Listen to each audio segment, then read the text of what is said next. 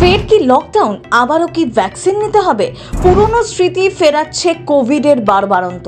হুড়মুড়িয়ে বাড়ছে কোভিড সংক্রমণ, ভিড় বাড়ছে হাসপাতালে। আক্রান্ত হয়েছেন অভিনেত্রী শিল্পা শিরোদ্কর। করোনার নয়া ঢেউয়ের সতর্কবার্তা। জানেন কলকাতায় আক্রান্তর সংখ্যা কত? এখন থেকেই সাবধান হয়ে যান। বছর পাঁচেক আগের সেই ভয়ঙ্কর স্মৃতি আজও মোছেনি মানুষের মন থেকে। মনে আছে তো সেই 2020-র কথা? গোটা বিশ্বজুড়ে তখন ছড়িয়ে পড়ছে করোনা আতঙ্ক। মৃত্যু ভয় গ্রাস করছে গোটা পৃথিবীকে। স্কুল, কলেজ, অফিস, আদালত সবই বন্ধ। বিপর্যস্ত জনজীবন। সেই ভয়ঙ্কর দিনগুলোর কথা মনে পড়লে আজও বুকটা কেঁপে ওঠে। সেই দুর্বিষহ দিনগুলো পেরিয়ে স্বাভাবিক জীবনে ফিরেছে মানুষ। সময় লেগেছে, তবে মহামারীকালের আতঙ্ক আস্তে আস্তে বিদায় নিয়েছে। কিন্তু বছর পাঁচেক পর ফের নতুন করে ভয় ধরাচ্ছে করোনা ভাইরাস। এবার নতুন ভ্যারিয়েন্ট, আবারও সেই চীন। হুড়মুড়িয়ে বাড়ছে আতঙ্ক।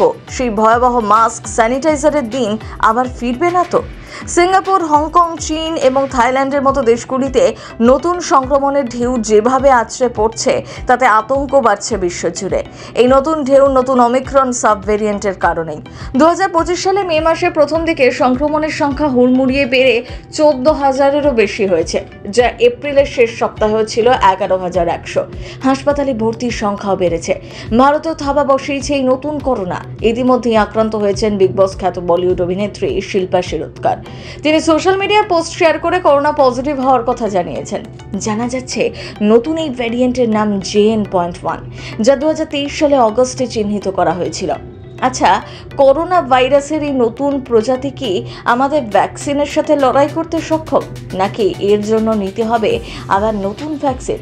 গবেষকদের একাংশ বলছেন আগে করোনা আক্রান্ত বা কোভিড টিকাপ্রাপ্তের শরীরে তৈরি হওয়া অ্যান্টিবডির ক্ষমতা ততটা উপযুক্ত নয় যতটা আগের প্রজাতিগুলোর মধ্যে ছিল। ফলে বলা চলে শরীরে তৈরি হওয়া বর্তমান অ্যান্টিবডিকে পাশ কাটাতে পারে নতুন এই ভেরিয়েন্ট। তাই সতর্ক হন, সাবধানে থাকুন। রাস্তাঘাটে কোভিড বিধি মেনে চলার চেষ্টা করুন। তবে আশার আলো এই যে করোনার এই নতুন ভেরিয়েন্ট আগের মতন অতটাও শক্তিশালী নয়, বেশি সংক্রামকও নয়, মৃত্যুর হারও অনেক কম, রোগীরা সুস্থও হয়ে উঠছেন। তাই চিন্তা করার কোনো কারণ নেই, এমনটাই ভরসা যোগাচ্ছেন চিকিৎসকরা। যদিও এখনো পর্যন্ত ভারতে সেভাবে বিস্তার লাভ করেনি নতুন করোনা, স্বাস্থ্য মন্ত্রকও ভয়ের বাণী শোনায়নি। তবে সাবধানে মান নেই, যাতে নতুন করে আর সেই কালো দিন না ফেরে, তার জন্য আমাদেরকেই আগে থেকে সতর্ক থাকতে হবে। না হলে করোনার সেই ভয়াল গ্রাস যখন তখন থাবা বসাতে পারে। সত্যি কি তাই? সাবধানে থাকুন, তবে আতঙ্কিত হবেন না। প্রথম বাংলা ব্যুরো।